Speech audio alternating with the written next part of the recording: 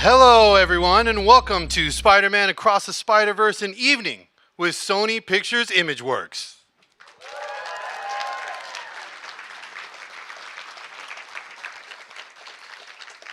Great to have you all here at this live event at Gnomon in Hollywood, California. And for you at home, if you're looking for closed captionings, go ahead and head over to our Facebook or our YouTube. Next, we'd love to thank our sponsors, Dell and NVIDIA. Without them, we wouldn't be able to provide you such amazing content as you're about to see right now. The only thing I gotta say, there's a good amount of us here, there's a good amount of you at home. If you have questions, put them in the chat now.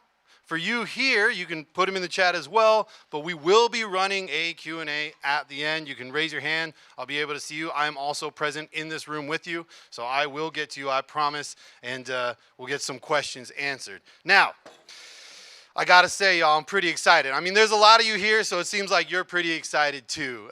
It's been a long journey for me personally, being able to witness something like this come onto the screen. When I was younger, a lot of this stuff was taboo, and I feel like when I see this stuff and when I come here and I listen to these people talk, they're like my heroes. They make these things not taboo anymore. You know, I can go to my younger self in the past and say, one day, people aren't gonna make fun of you anymore, and they're actually gonna be asking you a lot of stuff that you know about that they don't know about because you're wasting your good years reading all these comic books, but it's gonna be worth it. And I still tell myself that to this day sometimes. So, without getting into too much detail and taking away too much from this amazing team, I just want them to be able to talk to y'all, and we're gonna have a fantastic evening. Please, help me welcome Spider-Man Across the Spider-Verse team.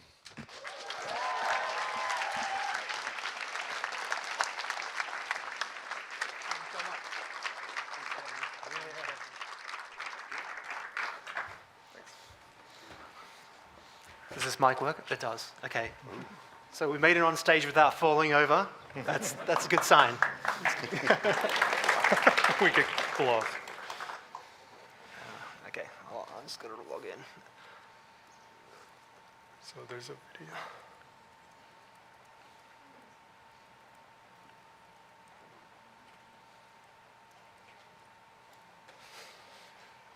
Okay. 1 sec.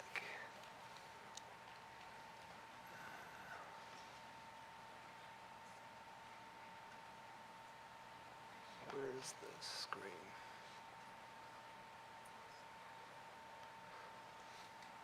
How do you play this again? Okay, hold on. It's the top one, right?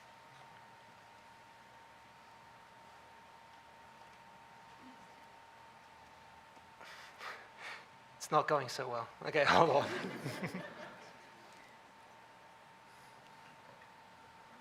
Oh, there it is. Yeah.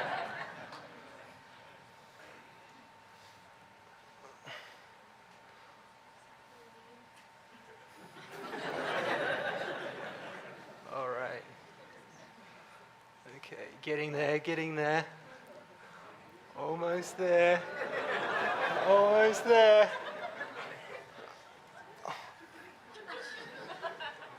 It's just because Hobie's the first slide. All right.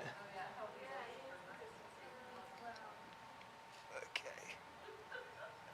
All right. Success. Making the film was easy. That was hard. All right. Okay, so should we start off with introductions? Sure. I'll start. I'm Alan Hawkins. I was the head of character animation on the movie. My name is Grochola. I was the head of effects and also look of picture.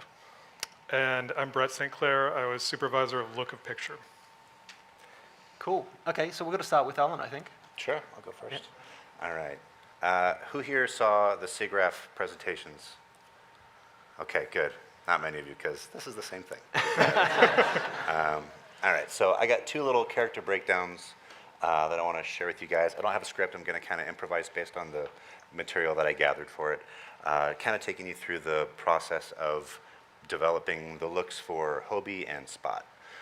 So first up, we got Hobie, and starting with some concept art, some really cool stuff. This was like early on, very loose, not necessarily the ultimate goal of what the character was going to be, but it was some cool early inspirational stuff. And then where he landed is more like this. This is more of like a character turnover that we would have had for like the modeling department to start working from. And this is pretty much his final design, which was really cool and complicated. And everything that you see on there is literal. So like where line breaks come off of the character and things are inconsistent, like that's actual instruction. Like that's not just sketchy work. That's like, we want this to be this way in the movie. And these guys will talk about how that kind of stuff is achieved a little bit in their department. So next up, I have a little board sequence. When we start developing the characters, sometimes we start working before we even actually have the character rigs. So we got this little board sequence from the movie, and using a hacked Miles rig from the first film, so this isn't even Hobie, this is us just trying to figure out how to handle his sort of like zine cutout look that he has in the film. And so obviously it's very rough, and he's just modified character rig, but it kind of gets the conversation started. And then those things will often get rendered as well. So even though it's not even the official character, this is the back-end departments starting to do some development and figuring out how to apply that stuff. And it's all really fun. And then later on, we came back to it once we did have the final character rig and kind of just copied it. And that way we could send that down the pipe and they could do like real work on it. So stepping back a little bit with Hobie, his posing wants to be very different than a lot of other spider people. Like, you know, we want all the characters to be really different from each other, but with Hobie, we want him to have this like really aggressive kind of spider posing, and we don't want to do the typical thwippy type stuff with him because that's not really who he is. So these are some pose tests that we did once we got his hero rig. We have the rigs that have their faces, and then the hero rigs, which are the masked ones, usually in their costumes. So these are not just posed with the rigs themselves, but also using a bunch of tools that we have for silhouette shaping. You might notice some like really intense straights, and those are all manufactured with sculpting tools that we use, stuff that was developed way back on like Hotel Transylvania. Every tool that we develop at Imageworks gets used on pretty much every movie after that, even if it's a very different kind of content. But we have a really good library of that kind of stuff. So these are all really fun, and they helped us figure out who the character is. And then going back in time, this is another kind of hacked test. So before we had a face rig for performance, this is the same thing where we had a Miles with a weird geometry hair that we threw on there, and it's very strange. We learn a lot about what works and what doesn't work from this kind of stuff, but it's something. It's a starting point. And you know, we're trying to do different frame rate things. They're experimenting with things like the head and body being on different layers as if they were cut out from different pieces of paper, that kind of thing, which this is not a very successful version of, I'd say. Like, we figured out his rules a lot better later on. And then like the other test, they went ahead and did some cool rendering and that sort of stuff. But when you keep the arms and heads separate, you kind of get like a South Park feel to it, which is not really like $100 million movie kind of effects that you want to go for. So we have better rules that we came up with later. And in the meantime, we got some turnover for his face design. So you know, we didn't know what he looked like until we got this. And then here we have some expressions. And here's a case where what we're handed doesn't necessarily end up in the film. So obviously these are very broad expressions, and the character designer thinking that he's like a punk rock guy and all aggressive and chaos, that he was going to be big and boisterous. But then when the voice actor Daniel Kaluuya came in, he had this like really controlled tone, and it really changed the whole character. So this is one of our first and most successful performance tests. We're still doing some different like cut apart arm stuff, but the rule that we landed on actually was not having different arms and things being separated, is that we did different frame rates for different parts of his body at the same time. So like his body might be on 2s and 3s, his jacket would be on 4s, his guitar would be on 6s, and that kind of gave him more of the like chaotic look that we liked, and it was more homogeneous too, because it wasn't like different body parts being assembled. So I'm going to show you some shots from the film where some of those rules are being applied. Let's see, this will probably not play with sound, but this is an exchange that I really love between Miles and Hobie. And what's so cool about Hobie is that like you spend the whole movie with him thinking that he's antagonizing Miles, but really he's just like setting him up for success. He's teaching him, but in his own way. And I love this little moment where they kind of play chicken. He gets in front of him to see what Miles is going to do. Miles walks through him. That was all stuff that the animators came up with on their own, which was really fun. But you can see that we do represent like the cutout lines a little bit on his body. And then, let's see, I have like shot per shot breakdowns, but I think you kind of get the gist of that. And then the final lit version where you can see all of that in play. And having these two characters existing in the same scene is tricky because Hobie's got so much going on, and Miles is kind of standard from the first film. But all the different like looks getting changed and stuff all plays really well. Sometimes it has to do with his emotions, sometimes it doesn't. But I think we found a pretty cool version of that. So let's see. Next, I got an example of a really cool action scene, which I absolutely love, animated by Ryusuke, one of our best action animators. And this is just here because it's really fun to watch and you get to look at the poses because it's super dope. And actually, I think I freeze framed on some of the poses, but after this rendered version. It's really cool. One more time.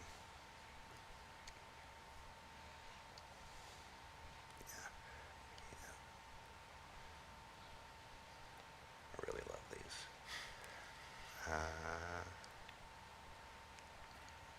Yeah, and that's Hobie. So next, I'll give you a little similar walkthrough with Spot. How am I doing on time? I didn't do a timer this time. You're good. Good. Okay. I get in trouble sometimes. A little windy. All right, so same deal.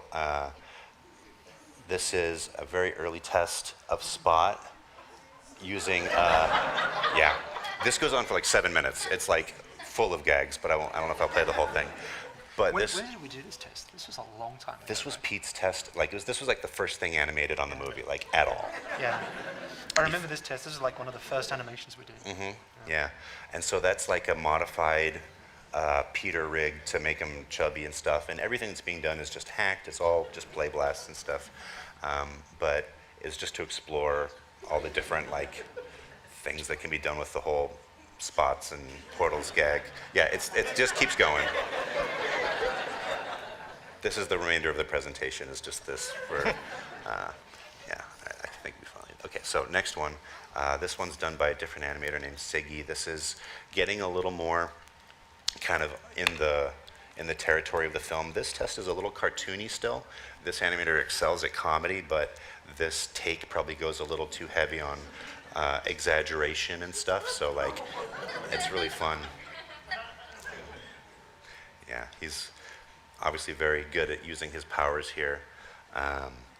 But, I'd say if this was going to go in the film, what we would do is kind of ground it a lot more. Like the way they're moving is a little exaggerated. The timing is cartoonish in a way. The poses are a little extreme. Like we would kind of mess it up a little bit to make it feel more natural and real.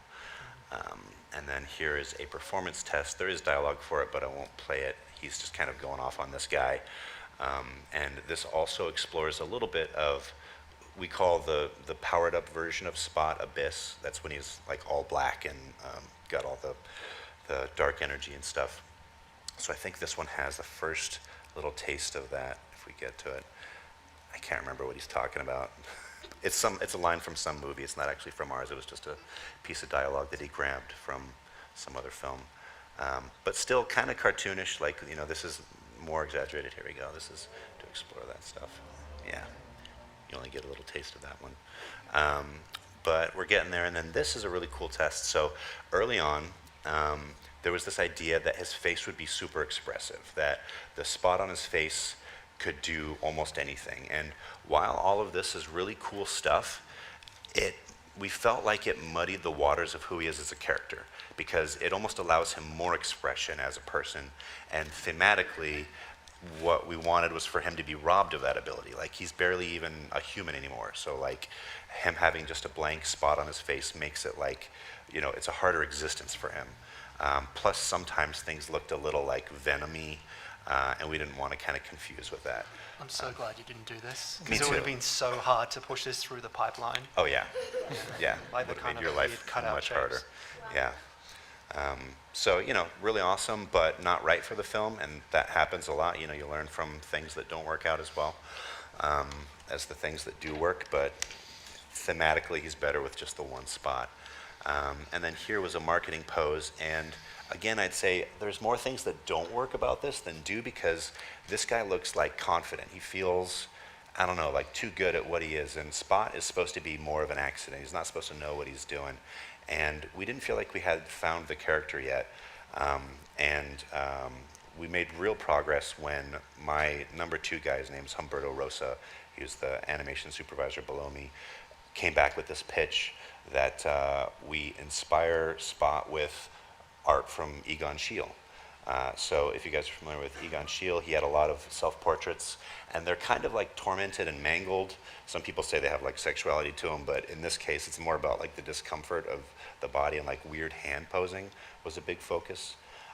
So we did some development kind of trying to make him feel more uncomfortable with his own existence, and I feel like this is where we started to really figure out who he is. So we have his little jacket from the first sequence in there, and then just a bunch of like hand poses. And so I felt like this was super successful, and we were starting to find like real character depth with him, where these feel like something new and special, and the stuff that we had looked at earlier felt kind of like traditional animated fare, but like this guy feels like a rich, particular character. And you know, we're working with what he's got, which is, you know, not a whole lot. His hands, his posture, that kind of stuff. This pose was from, there was an alternate version of the movie where Spot like goes to this superhero bar and just destroys everyone, and then takes his place at the like throne of the bar and stuff. It was a pretty sweet sequence, but when they split the movie in half, it didn't fit anymore. But it was pretty cool. And then a walk, cycle, and so we felt like we were starting to figure him out. This is also another piece that Humberto did. So as he gets his power, we wanted to display it in more than just like his spots get bigger or something like that. And the pitch here is kind of that it's like an infection. And so there's various versions of this throughout the film as he's getting powered up. One of the things that I like best is how he's got the black hands. And there's a scene that I'll show you in a second where we apply that in a really cool way. And then this is also Humberto's work. He did, let's see if this should play. Oh no. Oh, there we go. Okay. So this is him experimenting with 2D stuff to make the spot energy kind of like electricity and dynamic, and not just like throwing black frisbees around all the time, which would be not particularly exciting. Here's another one where he kind of does a power-up move. These were tests that were just done on the side, and I think we ended up sticking them in the movie in like some of Miguel's like security footage or something like that. Like it plays in the background, but it was never meant to be in there. So that's kind of cool. And then lastly, this test. And this one worked really well. There's one thing where it got a little weird. You can see that his anatomy is getting a little unclear here. Like we want him to be strange, but I think he gets a little too kind of jello-y there. But still really cool. I love the way the like pop can gets like sucked in with the energy and stuff. And then this was much earlier than those tests. This is an early Abyss test, and this is almost done entirely in 2D by an animator named Nick Kondo very early on, and that's just there because it's cool. And then, so here's some of this stuff in play. So here's the animated version of the coda of the film. This was not originally in there. This was added really late, and it really made the ending of the film way cooler. It used to end with Miles just stuck on the bag, and it was kind of a downer, but then we added this stuff, and it's like way more badass. So everything here is done by, at this point, the animator with either our geometry, 2D stuff, temporary geometry shapes, things like that, to represent the effects that then these guys went and ran with to make even cooler. And then I'll show you, skip ahead to fight sequence, which is this one. Okay. So there's a scene here. I'll come back and I'll loop that clip.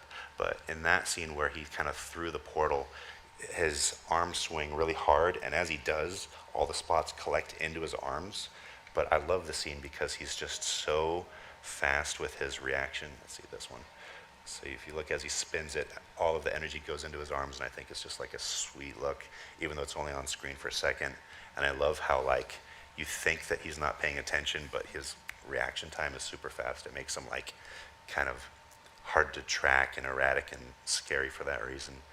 And then I'll show you some stuff from, oh, let's see. And then here's an example of the kind of electricity effects in play, much smaller than it was when it was on his fingers. But you know, as he yells just a joke to you, it kind of bursts out from his like anger. And then lastly, I'll show you once he's like fully transformed, which is, here we go. These are some of my favorite scenes in the film, just because he's so different once he's all powered up. He's got this confidence, he's stoic, he controls his motion. So like the beginning of the film, Spot doesn't know how to be, he's like moving around all the time, like he's uncomfortable, but now that he's got this power, he doesn't have to do anything, and that makes him so much more intimidating. And so like getting to see that last little bit of the white disappear into the blackness in his hands is a scene that I just totally love, and these were animated. This one was animated by Nadeep Varghese, who's one of our best dudes. There we go. Yeah, I love that scene. And so we're using like multiple rigs there. We're using like what we call pose stamps, which are like little geometry imprints that don't have a full rig, but it allows you to like put extra limbs in temporarily and stuff like that. But it kind of acts as a guideline for the downstream departments. And then I'll play the lit version. And then I think that'll be it for my part. Let's see.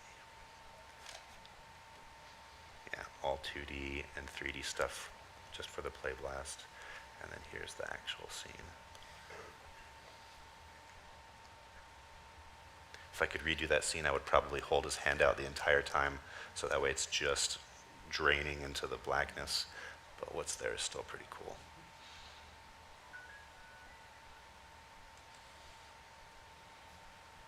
So much stuff going on that gets added after the fact. And I think, yep, that's it for me. So I think I'm heading over to Pav now to talk about some effects stuff. Nice.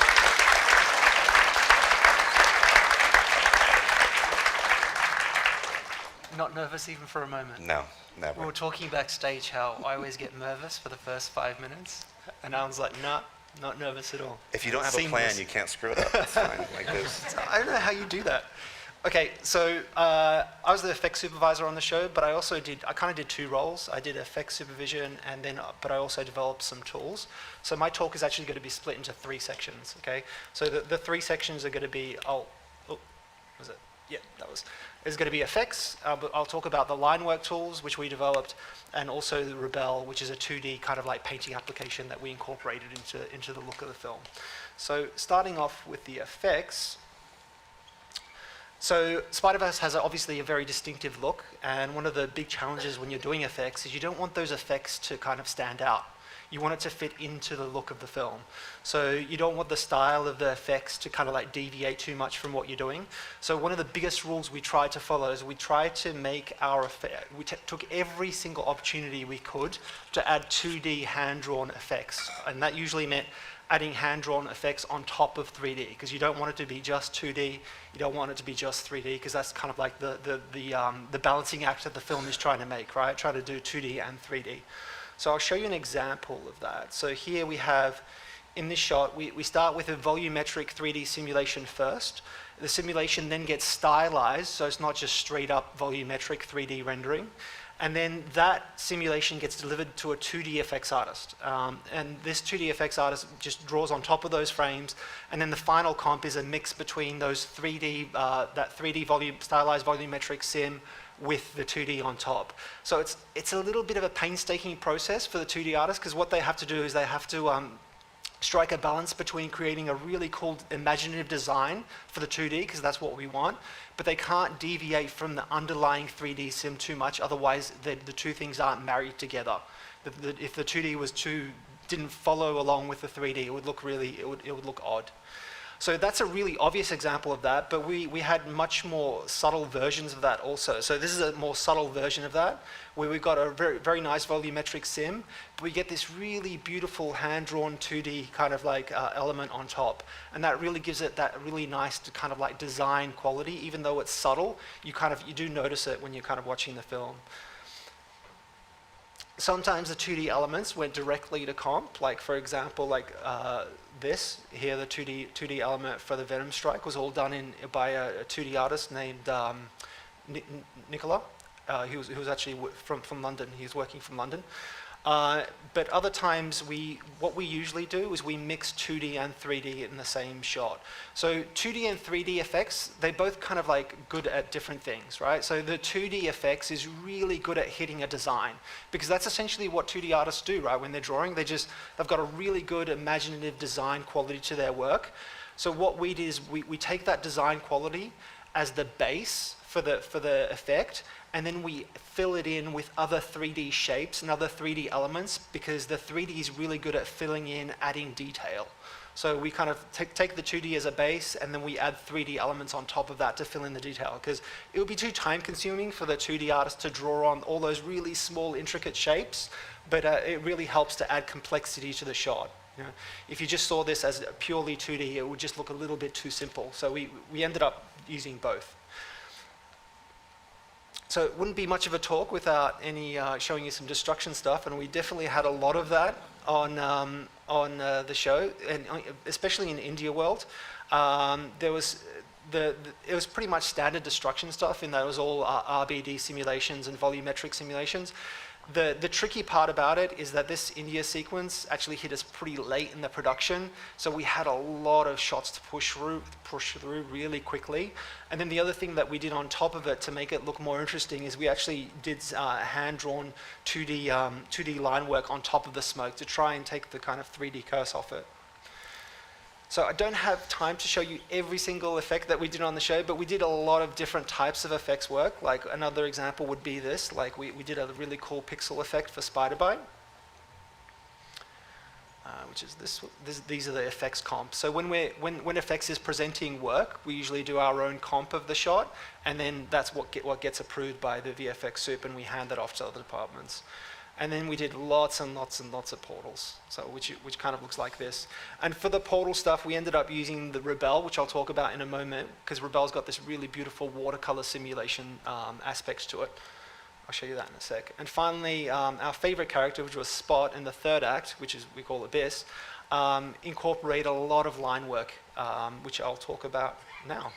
So this is actually a combination of 2D hand-drawn stuff with line work that we created in 3D as well. Okay, so that's the end of part one. I'll talk about line work. So line work on this film was far more complicated than the first one, just to put it mildly, right?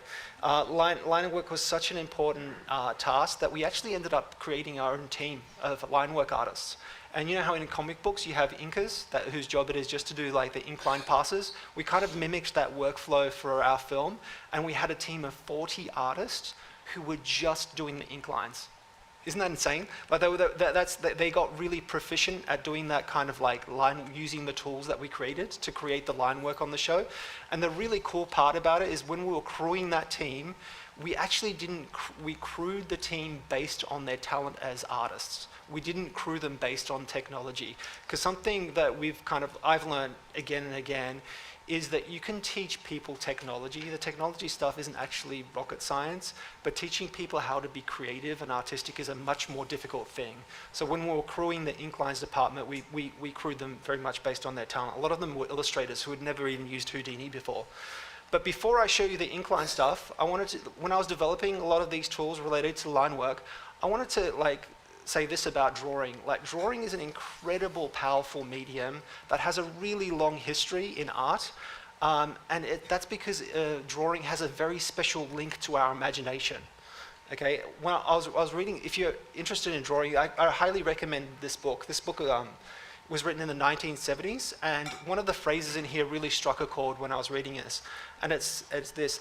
The author says, there is a more direct appeal to the imagination in drawing than possibly anything else in pictorial art. And basically what the author here is saying is that drawing appeals to our imagination more than any other type of art. And he goes on to explain that there's actually two types of drawing. Generally, there's two types of drawing modes, right? There's mode A, which is highly imaginative. It kind of looks like a childlike drawing, which is more based on how we feel rather than the way we see. And then there's a mode B, which is more optical. It's based on how we see light and shadow, right? But the really important part this author is trying to make about this is that really good art combines both of these modes, right? It combines the really imaginative style of drawing with the realistic style of drawing. If you have too much of mode A, which is that really kind of like expressive mode, the drawing tends to become loose and unstructured, and it's not grounded in reality. If you have too much of that drawing mode B, the art tends to feel a little bit boring and unimaginative and a little bit dry. So he argues that really good art combines both of these modes. And an artist that he refers to that combines both of these modes very successfully is William Blake, which is this guy here. And by the way, there's a really good exhibition on right now at the Getty that is showing a lot of works by William Blake, which I highly recommend you go to. When you're looking at his work, think about what I've said about the two modes of drawing, about an imaginative mode that kind of like is linked to the way we feel, and the visual mode, which is linked to the way we see. You can see it really clearly in that exhibition. I highly recommend it. It's at the Getty right now. So here's a couple more examples of his drawings. Of his art. I think he mostly worked in watercolor. Okay, so when I was reading this book, I was thinking to myself, how does this apply to CG? And I think the way this applies to CG is if we're talking about realism, about the way things look, CG is really good at that, right? Because CG emulates realism. So it's really good at hitting that mode B. What we do on Spider-Verse, and I think one of the key ingredients why our stuff looks so imaginative, is because we add that mode A. We pull our renders away from that photorealistic kind of like realism and pull it more towards kind of like linking to your imagination and the way you feel. So I'll now show you some examples of the tool that we use, right? So in the first film, we basically just did drawings like this. It was line work that was on the characters' heads and usually on their hands. So these are the kinds of drawings we did on the first film. On this new film, we still had to do these types of drawings, but we also had to do drawings on the environments. And the tricky part about that is that we had a lot of environments to do, and each of them had their own style. So if you think about, like, we were doing that kind of line work, plus drawings on environments, plus drawings on whole characters' bodies, which I'll show you in a moment. So the line work, so the task was much more complex than the first one. So for example, in India World, the kind of line work that we needed to do was really related to the 1970s Interjar comics, which looks like this, which is kind of like very rough, very loose, sketchy, like really heavy inks. Whereas the line work in Miguel's World, which was based on the work of Sid Mead, really leans into the strong architectural styling with prominent perspective lines. And if all that wasn't hard enough, we had characters like this one, which were like Vulture, who was supposed to literally look like a drawing come to life. And we also had Miguel, who had his own line work logic, where lines had to kind of like flow off his silhouettes, like on his shoulders, for example. We also had Spider-Punk, and I'm so glad Alan spoke about Spider-Punk because he's definitely my favorite character in the film.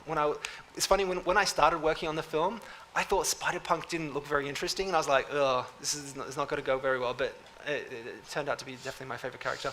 We've also got Jessica, who had her own drawing style, Cyborg, and even Spot. If you look closely, Spot actually has construction lines inside of him. So construction lines are those lines that artists draw to kind of loosely define the volume and the basic shaping of a character. So like his torso might be defined as a cylinder, for example. So how did we approach these challenges? I'll start to get a little bit geeky now and show you some of the tools that we developed. Okay, so the way, obviously all this means that we have to have really versatile tools. So we basically came up with two solutions. One of them was a procedural mode, where what we basically did is rule-based rather than handmade. So in order to show you, I'll show you what that looks like. Oops, is that playing? Hold on. Let me see, does that play? This will play in a second. Is that playing? No. Okay, so I wanted to play this one for you. Okay, there we go.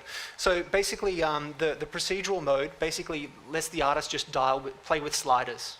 So they move sliders around, and all these sliders would control the underlying tool set to make really sketchy lines, make them kind of like looser or kind of like, or more rough. They could play with the thick, thin. So what we ended up doing is we ended up creating one set of tools, and then those sliders that the artists play with would become a preset. And then those presets get saved for a character, and then each character would have an associated preset with him.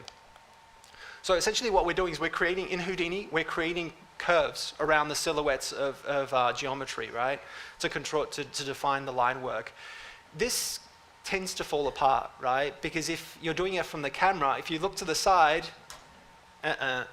it messes up, right? So what you need to do is you need to constantly redraw these lines. Because if I just stuck curves to the silhouette of a piece of geometry, and I turned to the side, it would just stand out. So you have to constantly update the drawings. And rather than being issue, it actually became a really cool feature. So the way that we did that is we had two sets of drawings.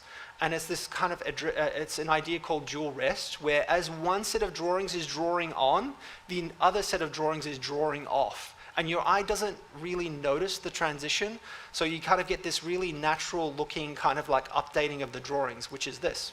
And it works really beautifully for Spider-Punk, for example. So that's the drawings kind of like drawing on and off and refreshing. And all that procedural kind of like tools worked really well. And here's some examples of the kind of line work that those tools generated. So as you can see here, we're creating a lot of drawings for environments, a lot of drawings for characters, and it would be very tricky. Sometimes we did project lines for environments, but other times we ran this tool, and it gave us a really good kind of like line work pass. And if you look at shots like this, a shot like this would be a nightmare to do if you were trying to project them, because we're falling through that environment. It would be very difficult to project it. Okay, so that's one type of drawing, the procedural one. The other type of drawing tool we made was a much more hand-tuned approach, because for some drawing tasks, you want to just create drawings on the whole environments, but when it comes to characters' faces are extremely sensitive. So you want to make sure that the drawing looks absolutely perfect. And what we did is we created this other tool here that basically allowed the artists to edit. Oh, is it just me, or does it not update correctly? There we go. So it allows the artist to basically hand tune their line work. And this is a deceptively tricky problem, because say you had a character whose face is still, right? And you tuned the lines to look perfect on his nose.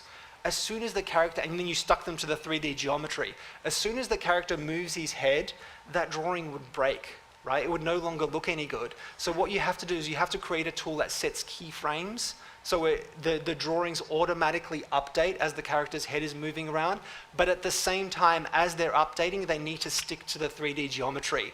So it's not like just interpolating drawings in a flat, normal space. They're on the character's face and they're interpolating. So it's actually quite a tricky problem to solve. And this is the kind of control you need for doing drawings on the character's face. So these are some examples of those kind of drawings. So on the first film, what we actually did is we trained a machine learning algorithm to predict what those drawings should look like based on the based on the camera rotation relative to the character's face, we could predict what those drawings would be. And then the algorithm would make a prediction and say, I think the drawing's going to be this. And then the artist could still make adjustments if they needed to afterwards. Sorry, this is a bit crazy. I keep meaning to take this out because everyone says it's crazy. But this is basically what that prediction looks like. In the second film, we adapted it a little bit, so it's more of an interpolation rather than machine learning. But you can see how well that holds up, right? And this is all done by predictions automatically.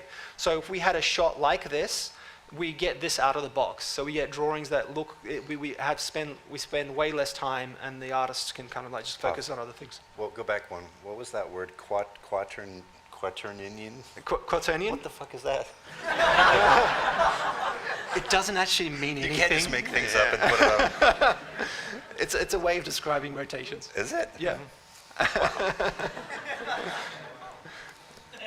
Does anyone here know what quaternion means? Yes. Am I right? You can. Yes. See? Yeah, but it's weird. Okay. So this is actually an example of a shot where there's just straight up prediction. There was no artist involvement in this one. But the thing that I really wanted to say is that the absolute best results came when you combined both the procedural and the handmade. And I think that's one of the biggest lessons of working on a film like this, is how important that artistic hand is, how important that artist's kind of like contributing to the shot is. The general rule, and I'm sure Bret would agree with me on this one, is that we were really geared towards trying to have as much of the artist's hand in the shot as possible. And that gave us the best results. It's not really about the technology. All the stuff that I'm showing you here sounds really, like with the quaternion, sounds really fancy.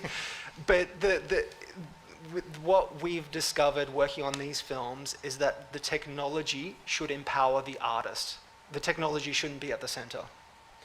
And this is an example of this, right? So you know how Vulture was a really tricky character. We had an example of like the hand-drawn pass, which is this, which looks great. And then on top of that, we have the procedural pass. So you get all the detail from the procedural pass, but you get that really beautiful design that would be impossible to try and replicate with the procedural system. And God knows I tried so hard and failed so hard. And one of the cool things we actually did on the show is we figured out a way of interpolating 2D drawings. So we could have a drawing only, the artist would draw only on set keyframes. They didn't have to draw on every frame. And what we would do is then we would interpolate between those drawings in the same method I told you about, how having, as one set of drawing draws on, the other set of drawing draws off. So that saved us a lot of time as well. Okay, that's a lot, right? You good? Should I go on? Okay, all right. So Rebelle, like the Rebelle is have you guys, who here knows what Rebelle is? Not many people, huh? Rebelle is this really amazing 2D painting application, kind of like Photoshop. And this is what their kind of logo looks like. And I recommend checking it out if you're interested in this kind of like natural media style painting. The developers of Rebelle have this really cool philosophy when they were developing this tool, and we spoke to them quite a lot throughout the show. And they explained it that they really wanted to capture that sense of childlike play when you're working with Rebelle. So kind of like when you're a child and you're kind of like splashing paint around, or when you're kind of like playing with natural media. That was their goal behind making the software. And so it's basically like Photoshop, but they've really leaned into the idea of emulating natural media as much as possible. So for example here, like the thing that really blew us away was their watercolor solver. So it's super fast, so you can paint in the software, and it does these incredible simulations of watercolor, and you can change the gravity, you can wet the paper, and then you can apply watercolor on top of it, and then the watercolor bleeds into the paper like when you pre-wet it. So we saw this software when we were first starting Spider-Verse, and we knew that we would have to do some watercolor simulation, and we were like, we need to figure out how to incorporate this. But there's a problem, right? Because Rebelle is a 2D painting application. How do you even use that for 3D? So we had this idea of, in Houdini, what we would do is we would create curves, and then those curves would represent a brush stroke within the software. So if this plays, there we go. Oh, no, This one. Okay, so when you see here on the left-hand side, we have a curve, and that curve represents a particular brushstroke made in the software. So what we're essentially doing is we're creating data from curves, and then we're using those curves to drive the Houdini interface. It's almost kind of like hacking Rebelle to control the cursor, which is a really kind of an odd idea, but from a conceptual level, I really liked the idea, because if you're trying to make a film that looks 2D, what better way of doing that than to force yourself to use a 2D software, right? So like the process of how you make something has a huge effect on the way it looks. And if you're forcing yourself to make a software through a 2D painting application, as painful as that is, you're guaranteed to get like a really good 2D result. So that's why we went into all that effort. And this is actually some early tests of that. This is using their software for animation. And I spoke to these guys when we were first starting Spider-Verse, and I hacked their software using Python and kind of like capturing and exporting their images as it was simulating, and they were just totally blown away, and they had never thought to do that. So we ended up working with them and kind of like incorporating it properly within our pipeline. And that was used quite a lot in Gwen's world for the backgrounds, where we had like watercolor in the backgrounds. We put these Rebelle simulation on cards, and we'd stack them in 3D space, so it would look nice because you get some parallax as the camera rotates and moves around. And we also used it quite extensively on Abyss. So on a lot of the simulations, we created that watercolor solver. So we ended up using it quite a lot throughout the film. Okay, and that's where I'm going to finish and give it over to Bret.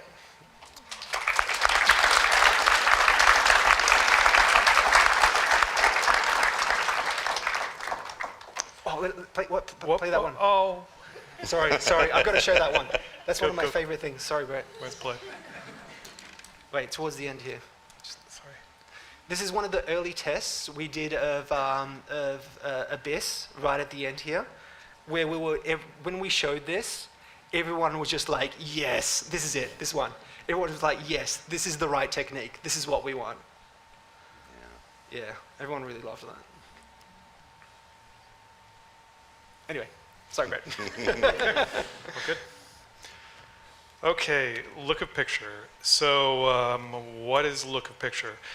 So all departments contributed to the look of to the stylized look of all the different worlds and characters. Obviously, modeling would build ink lines into models, for instance, for buildings, or create ink lines that were incorporated into rigs on characters. The animation department would give us motion streaks and stamps, and give us other things. And of course, effects did everything Pav just showed, with all the different stylized effects and the hand painted things. But ultimately, I guess a reality of the show is that everything was so heavily art directed that we had to have the ability to turn things around as quickly as possible. So the look of picture department really focuses on the back end of the process, where all these pieces come together. But a lot of the frame is actually, a lot of what you see on screen is actually determined in that last stage by lighters and compositors, because we need the ability to make changes without sending something all the way back to effects or all the way back to animation or whoever. So that's kind of where our focus was, is just like making those things easier. So to get a sense of how much look is determined in the end, here's a slap comp of a rendered, I'm going to get this wrong when I do it. Here's a slap comp of the rendered elements that went into this shot. This is what a compositor would start with. So we need to get from here to hopefully here, yeah. So this is the final comp with color corrections and look of picture applied. And here's another example. This is a raw render. You can note here that the color, that no color is defined for the background. And here's the final comp with look of picture applied. And in Mumbattan and as well as across Gwyn's world, color was carefully scripted by the art directors. So a lot of times this would be the case where we're completely replacing the color wholesale so that we can get the specific distributions of colors in frames, or we can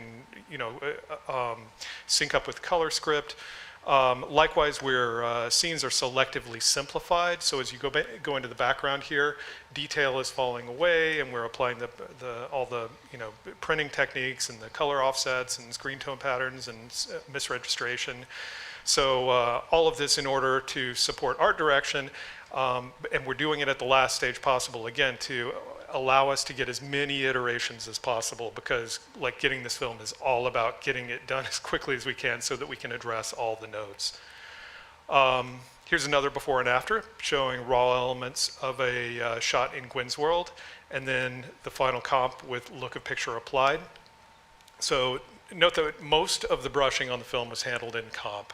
So Rebelle was used for running paint, like what Pav was showing, and but for like solid forms that need to accept light and where light needs to change, or things that need to animate and lighting changes, we needed to actually do those things most often through our comp tools, so that all of the brush strokes in frame could respond to the lighting changes as they went, and could know about the colors in the final comp that they were matching.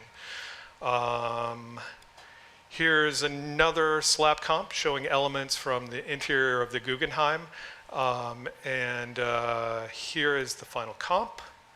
And so again, in this case, we've got thousands. Actually, in some of these shots, we had hundreds of thousands of brushes to represent a lit scene. So once again, the brushes are brush colors typically need to animate to account for the changing light and color. For instance, if the headlight turns on that bike, then different strokes need to be illuminated by light.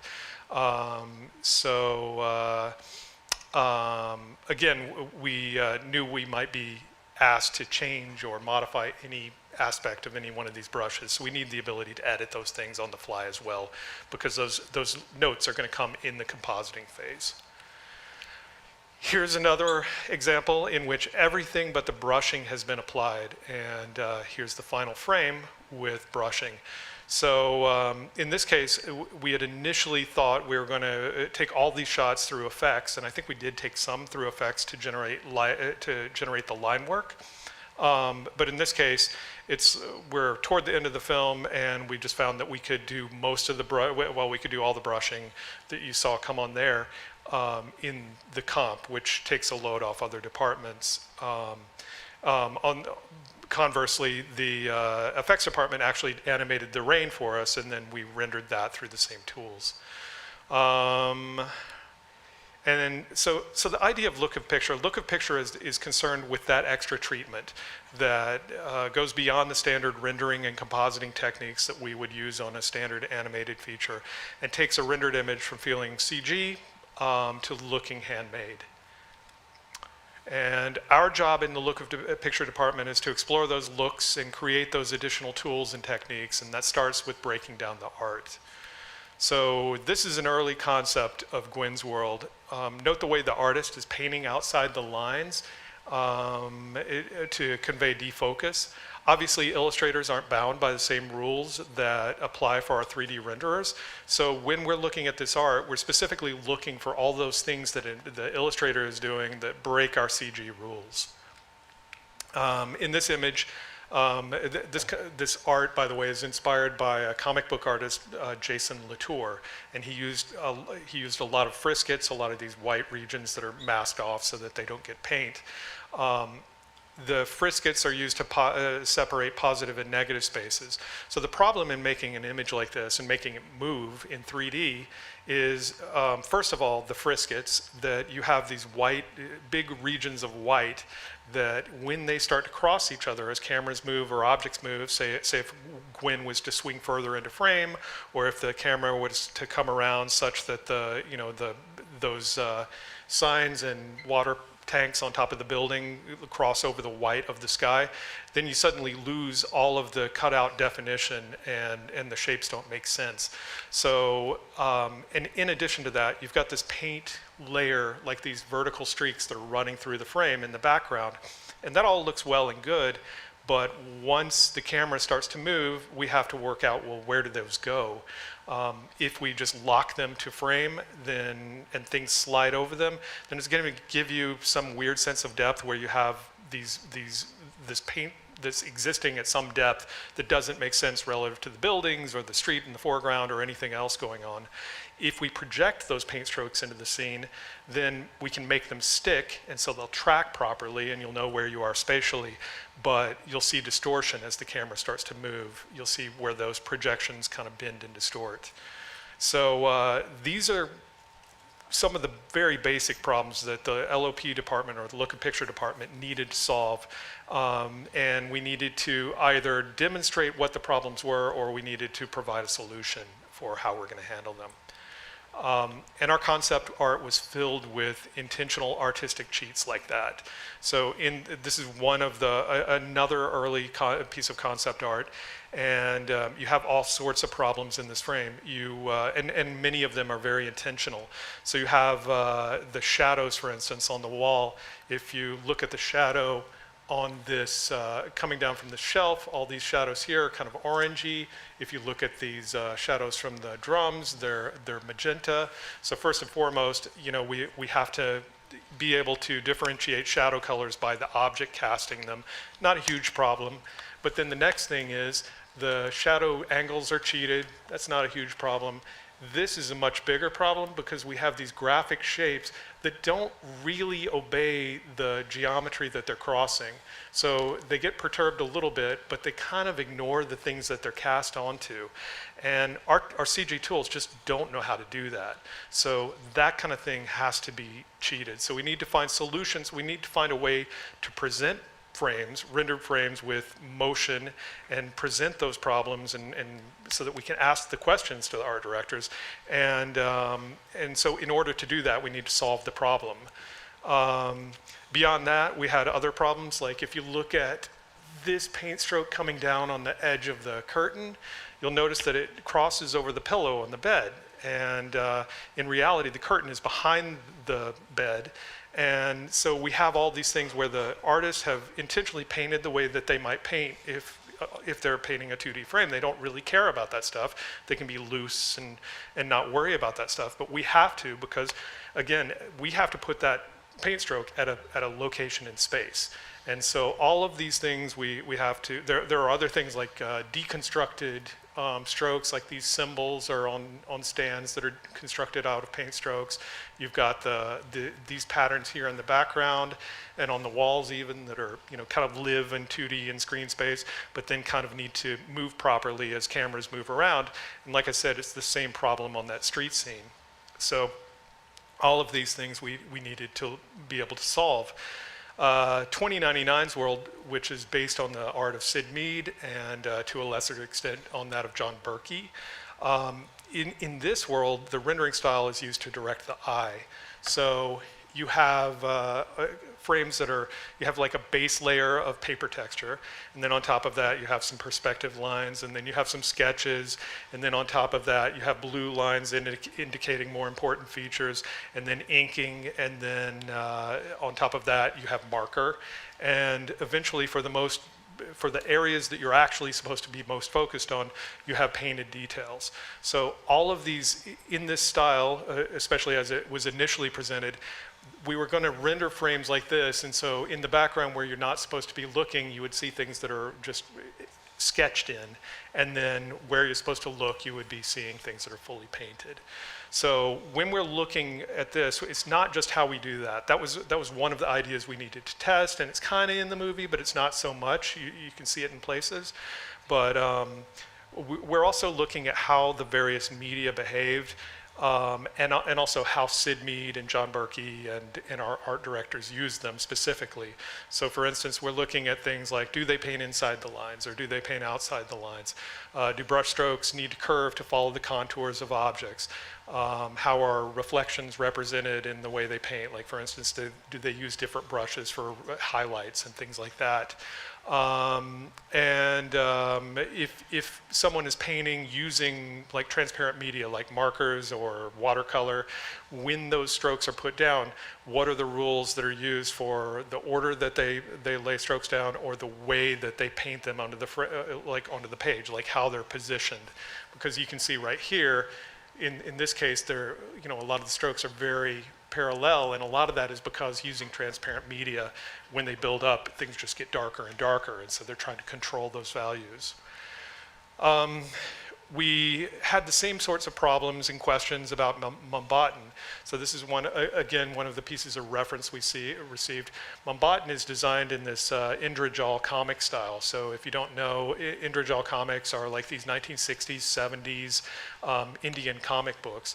And they have low budgets, and they have tight deadlines, and so those things influence the style. So the tight deadlines makes artists work a little bit faster and looser, and background details tend to fall away.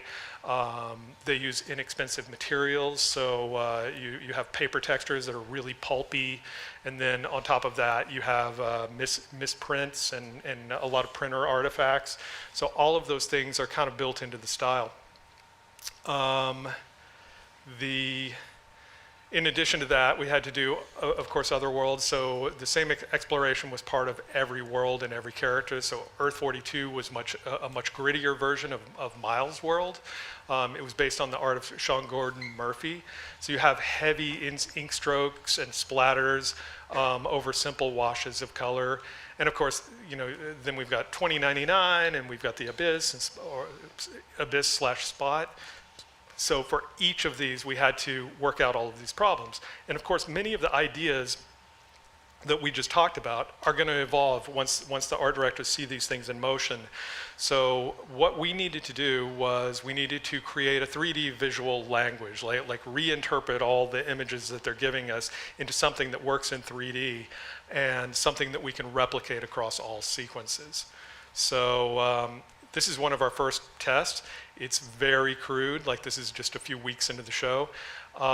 And here we're exploring some of those initial ideas. So we're working with the positive, negative spaces that are defined by the Friscuits. We're experimenting with some of those 2D brush patterns that exist in 2D and stick, and yet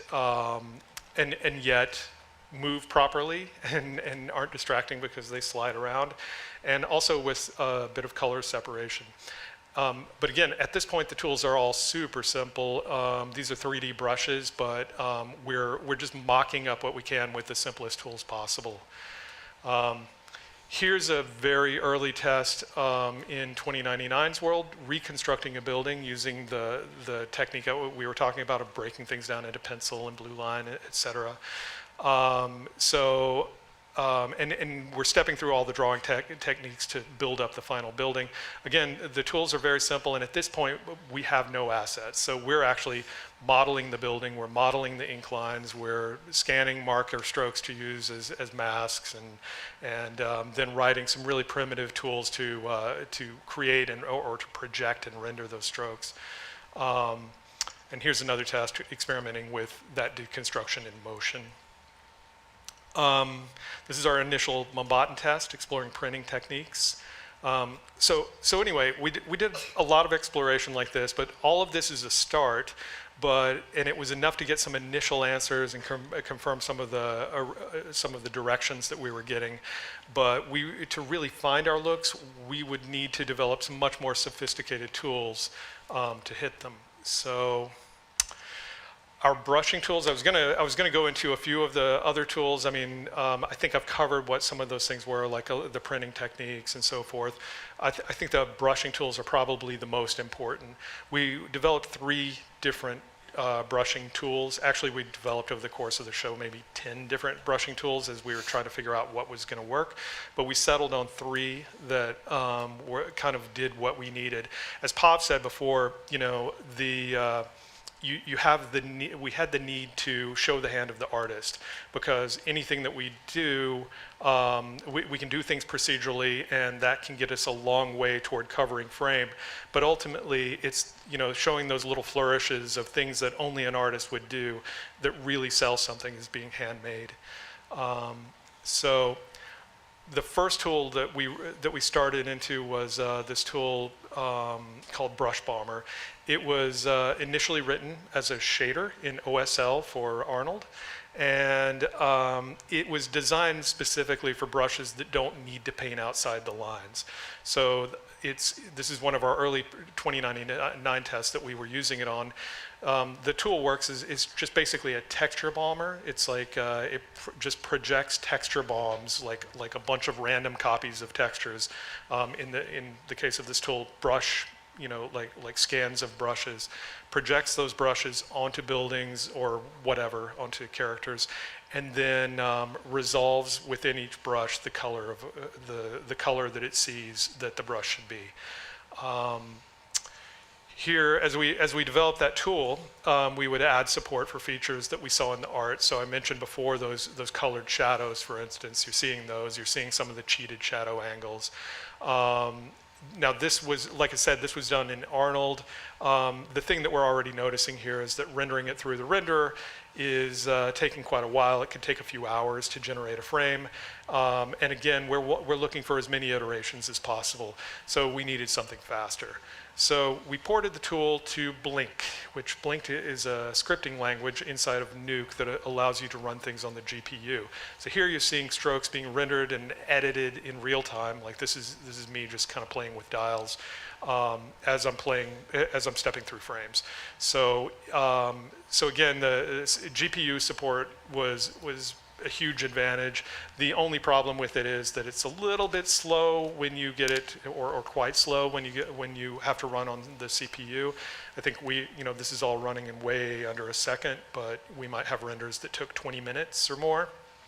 So, but at the early stages, this was acceptable, and even right now in production, we're using the tool, so it is possible. But anyway, this is another test. Here we're testing color bleed for depth of field using the same tool. So so you see it's racking from the foreground, from the desk all the way to the background to the drums. We tested other things like brush reflections. But in the end, like I said, this tool is a little bit slow. 20 minutes is a little bit long for a render, for a compositing render. So once we figured out what the features were that we wanted in this tool and how we wanted it to work, we went to our dev team and said, hey, can you take this and convert it into a C++ tool that's optimized? And so that's what we used here. So this is again, this isn't one of our first tests. This was several months later, but this is the first test using that tool, and this was a big step toward finding the look. So all of the color strokes that you see in here were generated using that tool, which was the C++ version was called Patchy Balmy. And then the white strokes that you see, which actually come off of surfaces, those were generated using another tool that doesn't care about painting within the lines. So let's talk about that. This is a very early test we did exploring the idea of painting outside the lines. So what we're doing here, this is all image-based. It's just basically picking positions, like on P-ref positions on a piece of geometry. So we render out like a P that's stuck onto the geometry, like a position. And then we would just stick brushes to those locations. So it's way more stable than it should be, because in reality what happens is if P is occluded, like hidden because one arm goes over the other or whatever, the brushes on that arm should disappear. And so we're doing some stuff to make sure that they don't pop away, but still it's not the most stable way to work. The tool had some problems as well. It was kind of like this monolithic tool. So we needed something that was more flexible and would allow us to hit more looks. This is an early test of the same tool, by the way. So down here is our reference, and then this is our render. So it looks like it works really well, but like I said, because of those problems with the stability, we're not seeing this rendered. We only got one frame. Actually, we got 5 frames of this, but we didn't get a full turntable like we would normally do, because the tool was so unstable that you couldn't watch it. So we knew we needed this better tool. So we started working with something that used, instead of using a fully image-based approach, it used a point cloud, basically. It would create a point cloud on the fly, or we got some help from Pav's team, and they gave us a tool to generate point clouds on the fly from geometry as well. So this is a modular tool, so you would create strokes up here, and then you would do other things like resample them and transform them and add color and then do other things and then render down at the bottom. So by splitting things out into all those steps, it allowed us to be much more versatile with the way we worked with the tool. For instance, we could pick a group of strokes, we could branch them off, and we could give them some other treatment. And so immediately we're able to generate way more looks. So do things like comb the strokes in different ways just by introducing a node into the graph that allows us to do that. Because we could add swap or merge tools, the modular approach allowed artists to just bend the tool to the problem at hand. So in this case, and that was in real time, by the way, so it's pretty fast. An artist could also swap the rendering node to generate blobby animated ink dots in this case, or you might swap the node that creates the strokes in the first place so that you could create volumetric atmosphere, like painted volumetric atmosphere, or headlight beams, or in the case of Spot, we had layers of animated strokes that paint on and off. So all of this is getting us much closer. It helps us with our look exploration and really helps us get answers. And because of the range of looks we could achieve, we were able to replace some of those more expensive 3D techniques with comp solutions that we could dial interactively. So this would be the tool we use for most of the brushing on the show, because we can generate hundreds of thousands of strokes, we can edit really quickly, it's modular, it's procedural, it gives us a lot of options. The problem was, first of all, that all these strokes that it's generating, they're at specific positions and they're straight. And the second part of the problem is what Pav mentioned, is that we need to see the hand of the artist. We need to see things that look intentional. So in order to do that, we started experimenting very early on with curves. This is one of the first, there were many first experimentations with this, but this is one where we're using our hair system, and we're growing curves onto geometry. So here, these highlight strokes that are following his form, they're actually all around him, but these are being lit by specular highlights. So we're just basically, we generated a hair system that wraps to his form. Then we created a tool that samples the color of those, and then another rendering tool that renders those as brushes. So this is all coming through Arnold. Again, it's got that same problem of it's not the quickest thing.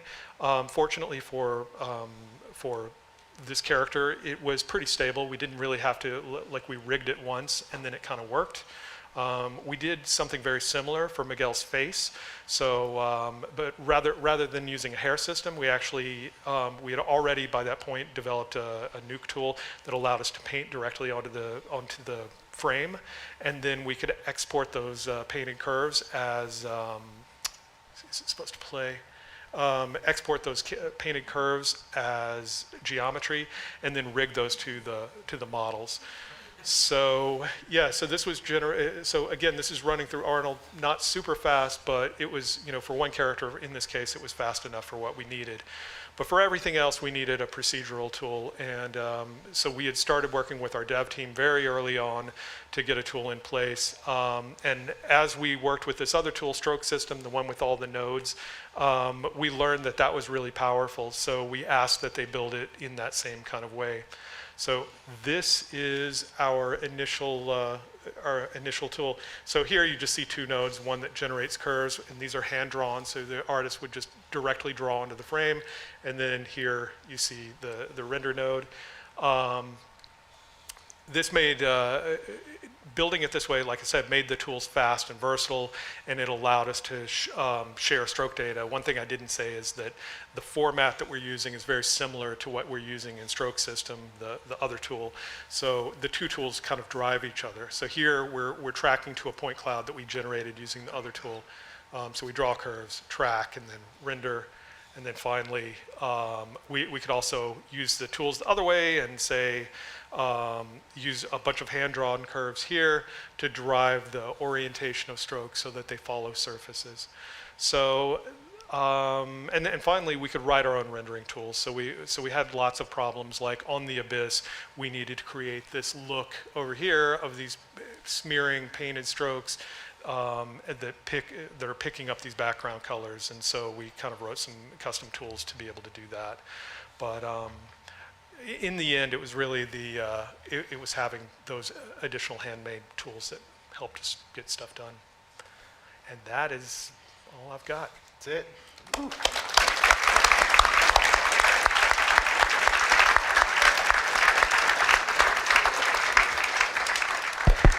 Thank you so much, everyone. Oh, go. Someone was talking. Go ahead. Go ahead. No, I was just saying thank you first and foremost. Really, really appreciate it. I think you all look like you're ready for some questions. Would you say you're ready for some questions? Let's do it. All right. So as we talked about from the jump here, if you have a question, please raise your hand, and we will get to you as we're working on getting this mic up and running, which it is. All right. Cool. Oh, you know what? I got this one person in the back, and then I'm going to head over to you in the front. So you're just going to talk right into the Hi, how are you? I would like to know what software they are using for those animation, and I think I just want to know the name of that. Which software for like the character animation? I think you had a software for the painting and line and marks. Oh, okay. So for the painting, it was that 2D painting application is called Rebelle, R-E-B-E-L-L-E. And for the line work, it was all done in Houdini.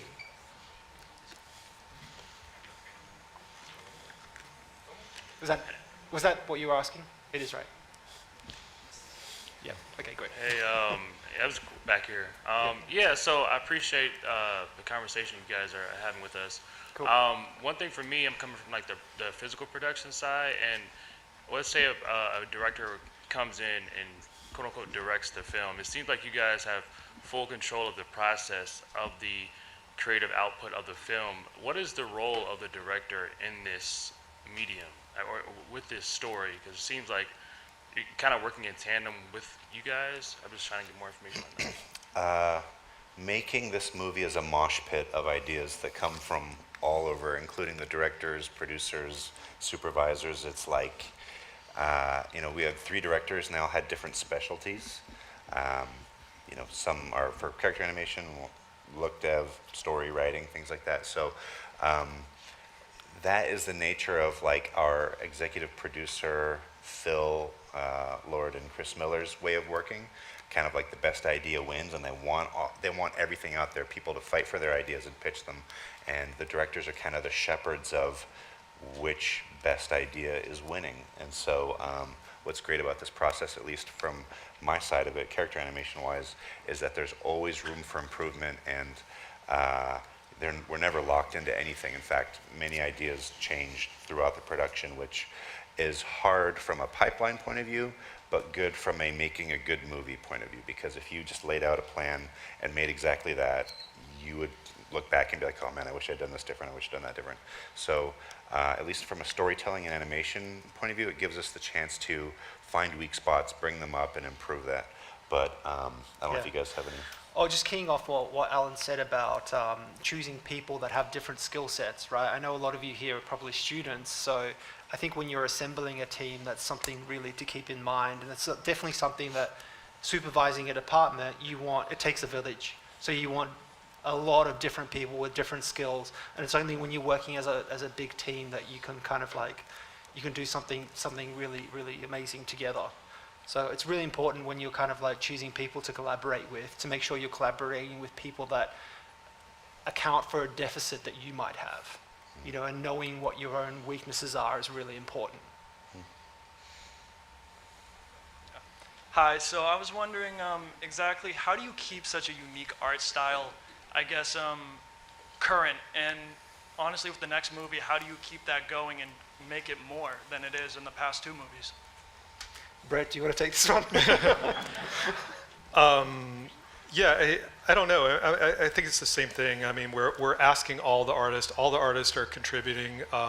We're doing everything we can to empower artists to be artists and if possible, art directors. You know, so I mean, I know that that's kind of our goal when we're developing tools for people.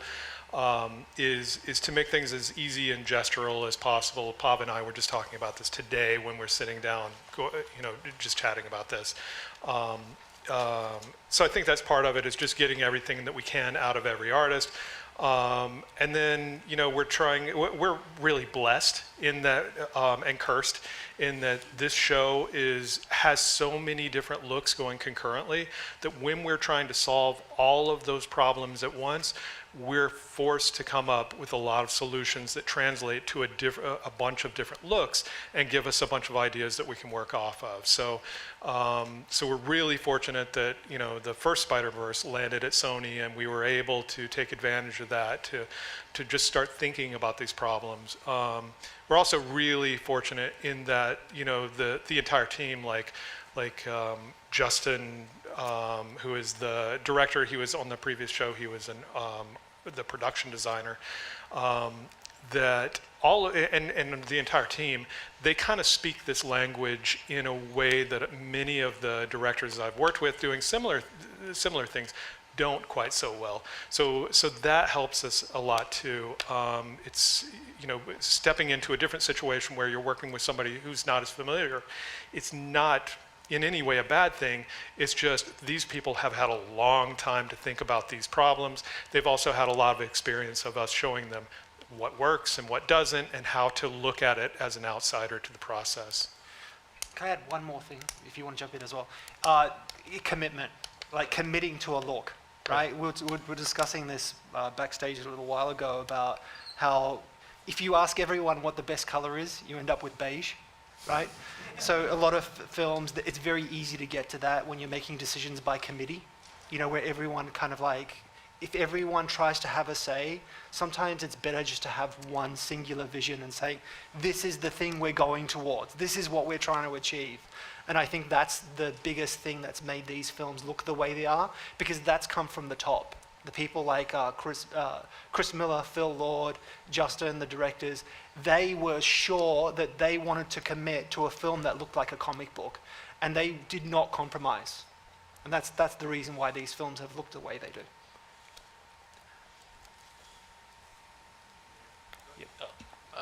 Hello. I was just curious to know why you guys kept referring to the film as a show. Is there a reason to that? I don't know. To allude to We something? always call it a show. That's just films that we inside Yeah. talk. Yeah. Like every project at Imageworks Is a show. is referred to as a show. That's yeah. it is a weird thing to call it, right? Yeah. I never even thought about that. Thanks. Yeah. Thanks for that. From now, every time I say a show, I'm going to feel weird about it. We didn't refer to it as Wham, though, right? No, we didn't. Okay. No. Because we have code names for when you're working on a film. There's a code name for every show that you're working on, and the reason they do code names is so if you're talking about it in public, no one knows what you're talking about. So our code name for this show was Wham. Yeah. Which was short for whack-a-mole because spots popping up. Yeah. Are we allowed to say what the next one's? Probably not. Oh, dude. Okay.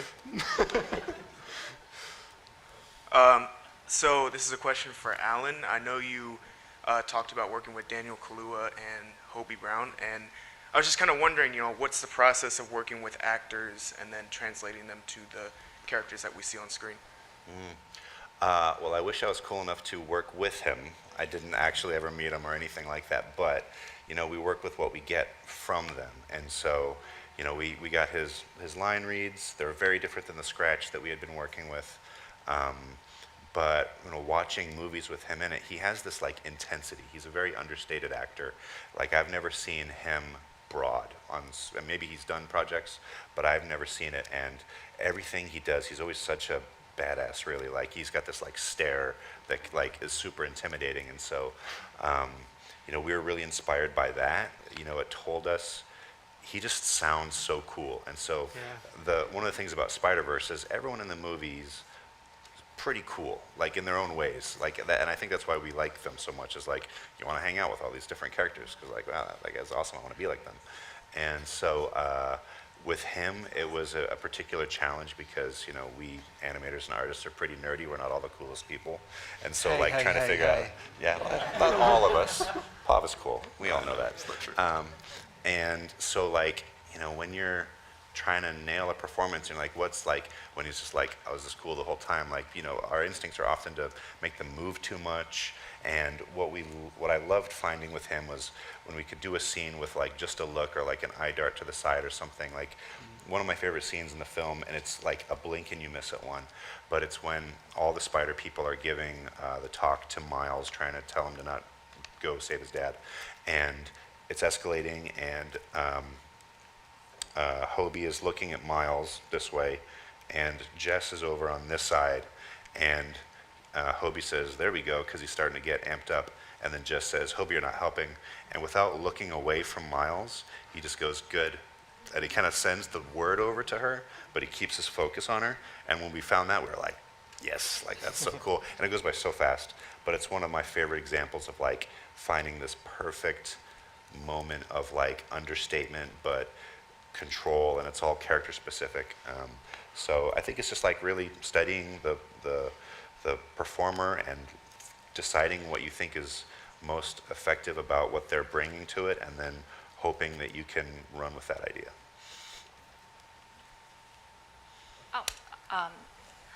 I'm not quite sure how to ask this question, but one of the things I would say, I really thank you for the movie, for all of them actually, is you talked about the look of the first one, and it was just very distinctive, and just everything, it was beautifully done. It was just cinematically, though, it was really beautiful. And the second one had the same look, but then it evolved, and it definitely became more distinct and very more colorful.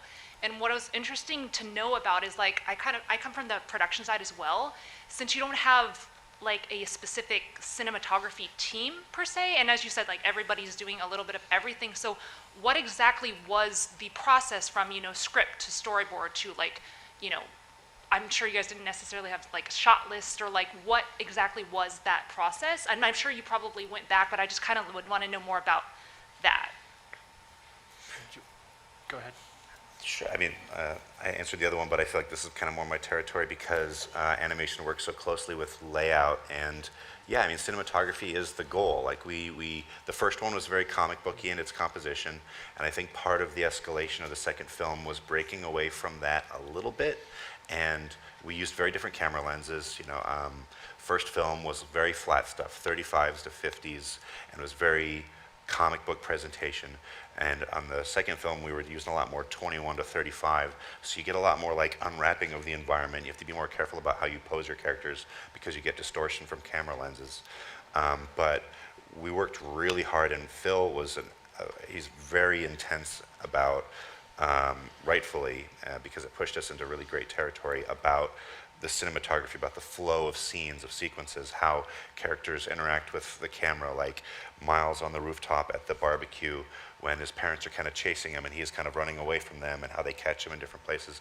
That all is incorporated with the performance, and so it's hard to get cinematography just out of layout and storyboarding, because what it doesn't include is the performance. And I think when something feels cinematic, it's when the composition, whether it's big space or how things are juxtaposed or whatever, plays into the performance. And so some of the most successful scenes were when layout got us really far with a sequence, but then animation took it over, and we started adjusting cameras while animating the scenes. And we kind of called that process Layout Plus, and there was a small group of animators who had really amazing taste where they could do a blocking of the performance of a whole sequence plus cameras in a couple of weeks, and it would be very loose, but it had this synergy to it. But that was a big focus for us in terms of the presentation of the film, is making it feel more epic, more cinematic, and more kind of mature in a way. But I don't know if you guys have anything else to. Yeah, I mean, again, we got color scripts for sequences, and again, because Chris and Phil are perfectionists about this stuff, those color scripts would often change. So on our end, we might do an entire sequence with thinking it was one way, like the entire Gwen vision changed, like the look of that sequence changed. Some of the end sequences changed as well. A lot of stuff changed in Gwen sequences actually, but there was a lot of fine tuning to that. So it always started with a color script, and then they'd see how it plays. We'd string enough shots together, and then word would come down. We're going to change it, and so the art directors would go back to the table. So I mean, just really. From before it ever got to us, there was, or sometimes after it got to us, but going back up the chain, a lot of thought was put into how things were going to work together. And of course, on the first film, we were kind of throwing things together when it came to like Miles' look, like the look of his world. We were putting it together without any idea of exactly where it was going. So by the time the second film rolls around, we're looking at key shots and saying, well, this works and this works. And so when we're bringing up new artists, we're not showing them we realized very late in the process, we're not showing them any of the mediocre shots, and that it actually raised the bar quite a bit just because everybody is being pointed to all the things that work the very best in the film. So just having that example for us, and of course Gwen's world was, it was kind of an afterthought. It was something on the first film that we did at the very last minute. We just needed a couple of shots to show the introduction of her character. On the second film, it was, we probably spent 2 years straight just working out details. Like 2 years before we found out, hey, all brushes don't have to be vertical just because the Jason Latour comic books paint all the brushes vertical. So things like that, that we're learning as we go and just constantly experimenting with it, trying to find things. Anything to add? No, let's move on. Okay. I just want to let you all know that I'm raising your hands. I'm working from the back to the mid to the front, so I appreciate your patience up there. I'm keeping a mental record, but if I don't get to you, just be patient. We're working it through.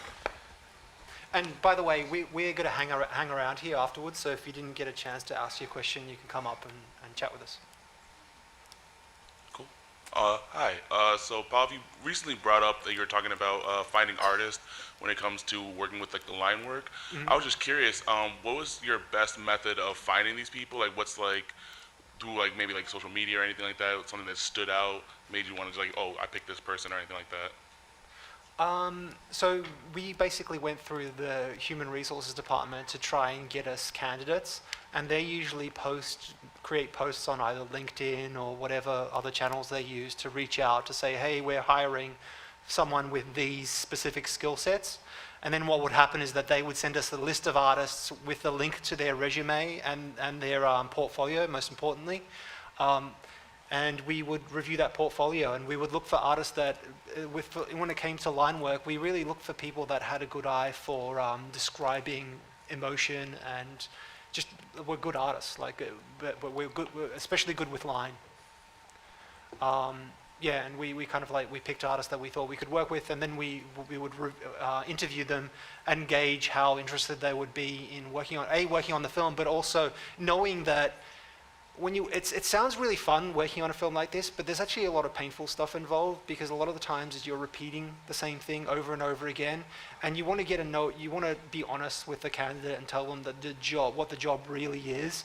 And a lot of the times it's not glamorous. Like sitting up here, it feels like we're presenting this really amazing, glamorous thing, but there's a lot of problem solving. There's a lot of really hard work. So you just want to make sure that the person that you're interviewing is prepared for that. Hi. I'm a lighting and comp artist, and I'm amazed by your tools. Like the first time I saw the movie, I could barely comprehend how you even accomplish this technically. But I guess the question comes down to sort of the same as what he asked. How do you go about, because your tools are so specialized and specific and not like anything else out there, how do you go about looking for artists, even inside your own company, on other movies that are like, okay, you would be perfect for this, maybe because you have so many different styles for the worlds, Okay. maybe even have staff up for those particular ones. How about we'll all answer the question really quickly based on our own departments? Yeah, okay? that's great. So from an effects perspective and line work perspective, I definitely look for artists that have a creative eye. So when looking for effects artists, I don't look for artists that have like a reel that's got really complicated technical simulation stuff. It's not really the show. So I look for artists that I kind of like that do magical effects and have created a really cool magical effect that looks interesting and novel and new and creative. So they're the kinds of artists that we look for an effects category. For the line work category, I think I've actually already answered that one. It's more kind of like being really creative with line work. Do you want to answer that question for Anna? Sure. You said you were a lighter, and I kind of stopped listening for a second because I didn't think the question was for me. What is the question again? How do we decide? I think it could be a cool question to answer for animators, though. How do we pick the artists that we pick? What do we look for?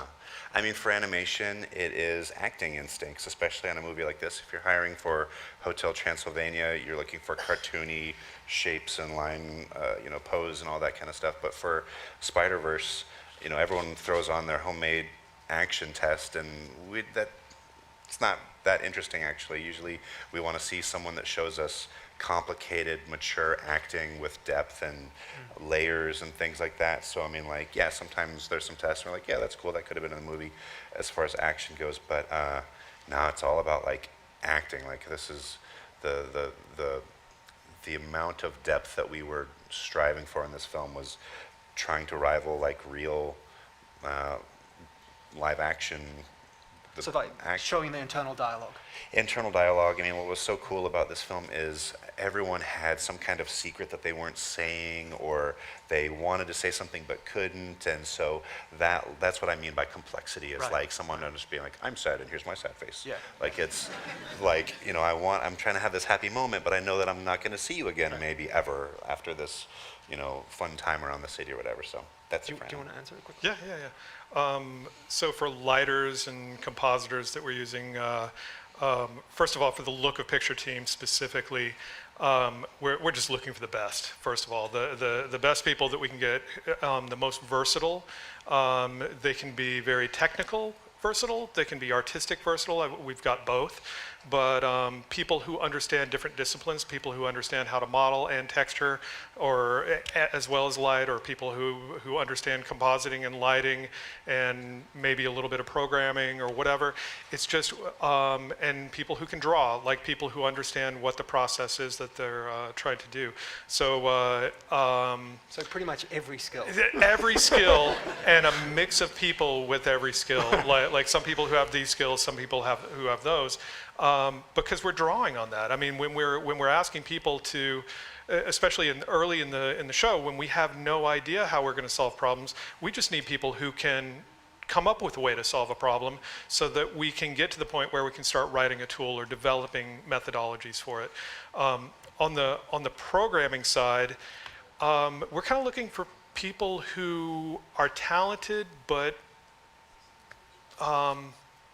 really don't have strong people who are new, frankly, is what it is. It's people who don't have set ways of approaching problems, because we're looking for novel solutions to things. Yeah. So I work, like most of the people on my team who helped with programming were ATDs, like associate TDs, who are just coming up through the ranks, and we're throwing them into the deep end on these problems so that they can kind of learn without being having fixed ideas about how things should be solved, because we need as much flexibility as possible. And we also need the expectation that not every tool, not everything you write is precious and is going to end up in the film, because like I said, we wrote maybe 10 different brushing tools over the course of the show, and 3 of them made it into the film. So a lot of that work was just paving the way to something else. And the other thing, I was recently talking to somebody else, the other thing that's hugely valuable is if that programmer has any kind of artistic background, all the better, because what that means is that they're going to be able to, they're not only looking at the problem from a technical standpoint, but they're thinking about it like an artist would think about it. And I don't have to explain to that person, well, this is how a brush works, and this is how you compose a shot or something like that. They can make those leaps by themselves. So can I just say one more thing about artists, right? Let's say I come from a fine arts background, and one of the things that a lot of artists do when they enter the field is they feel like they're imposters because they think it's a very technical field. But if you're an artist, you have this natural ability that you automatically do where you're constantly self-criticizing your work, where you're looking at, and it's something you naturally do all the time, right? You look at your work and you go, how can I make this better? What makes this look bad? How can I improve this? That skill is really, really important, and you shouldn't lose that.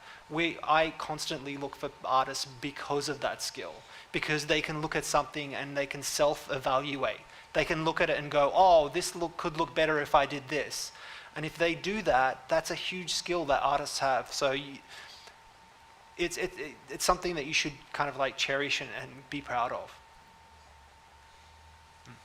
Yep. All right. Hello.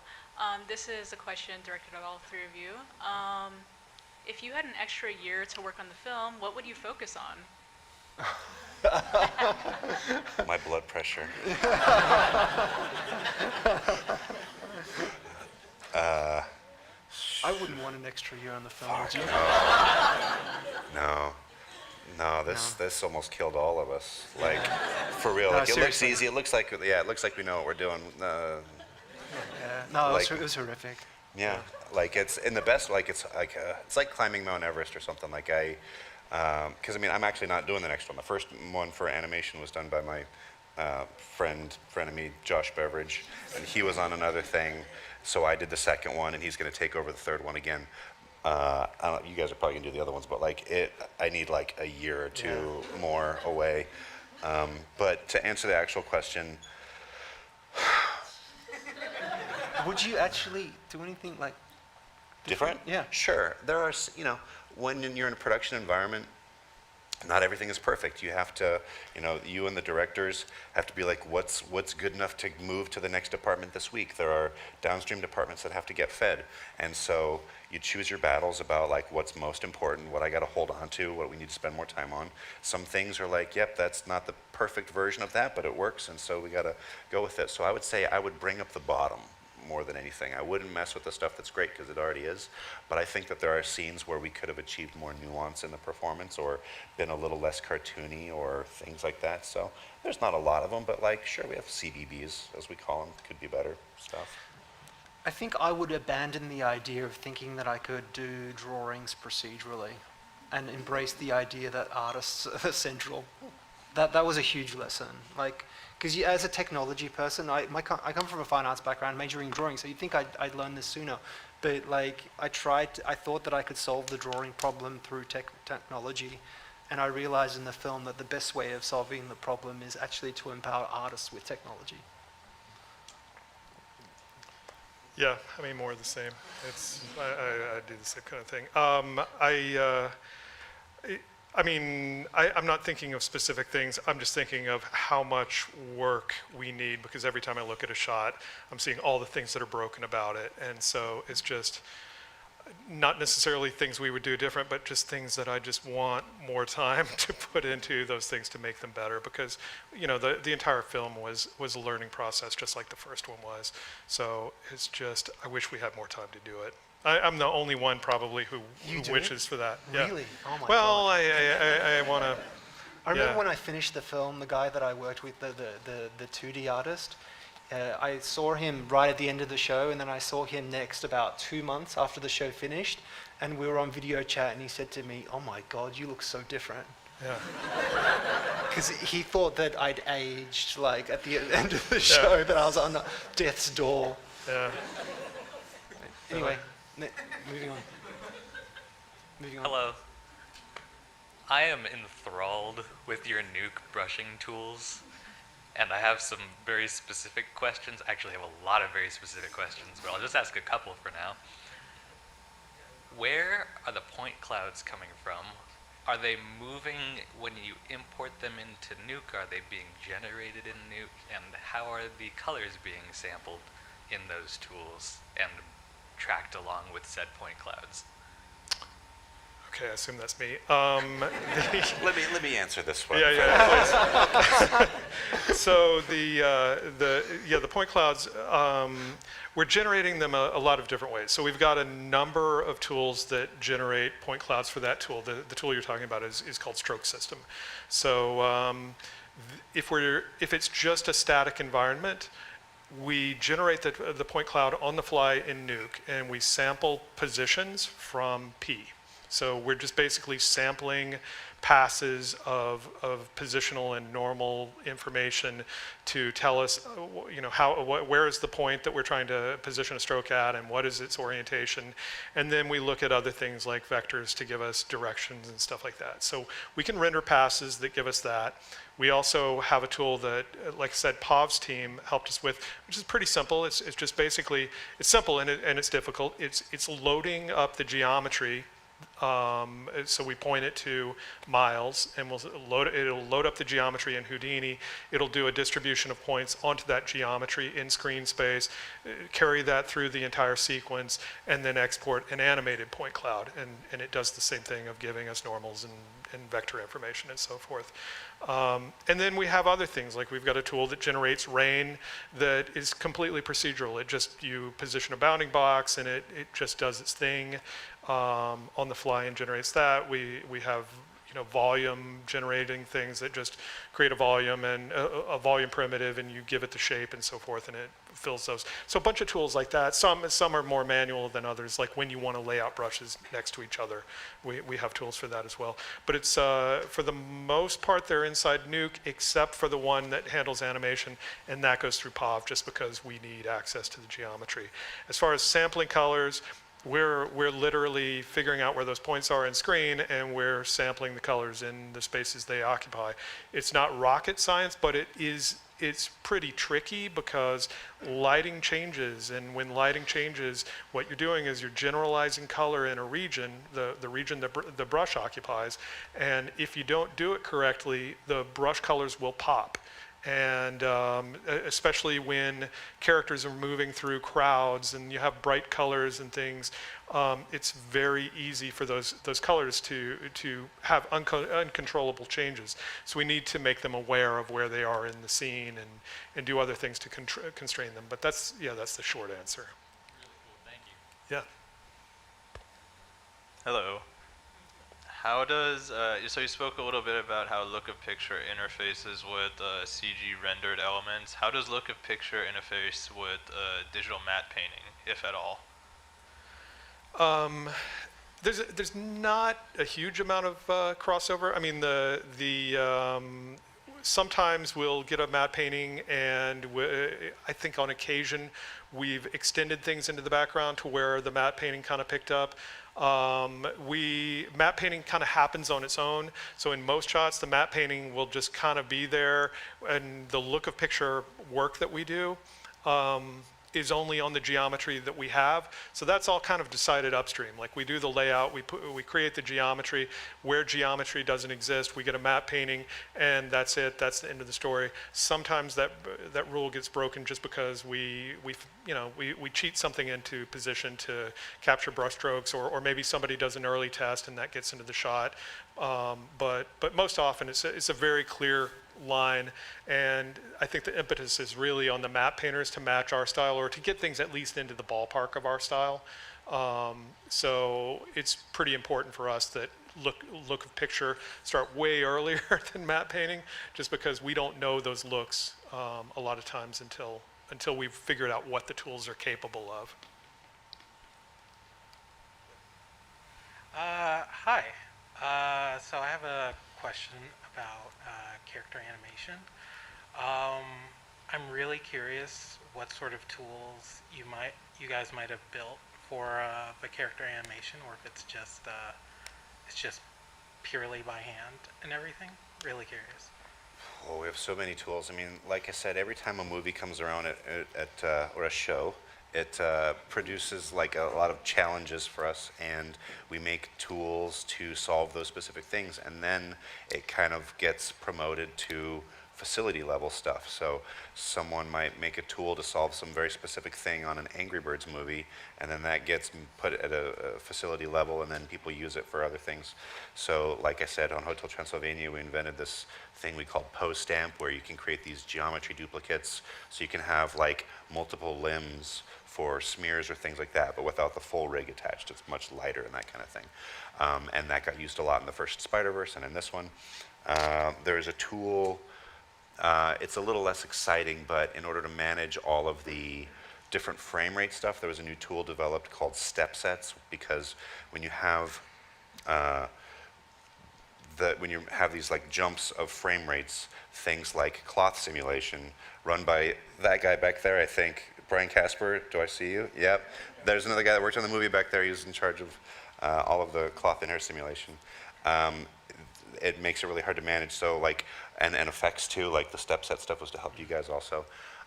We developed a tool called the trowel, which is almost like a thing where we would, it allowed us to create negative space on characters with temporary geometry. So instead of going in and making all of that complex geometry form a straight line, you could kind of just like carve it out and it would create a negative to it. Trying to think what else was new for this one. I think in terms of character animation, a lot of it was using what already existed other than those tools. And the main challenge was in the performance stuff. But yeah, like I said, every movie gives us a new kind of thing to build on. So yeah. Hello.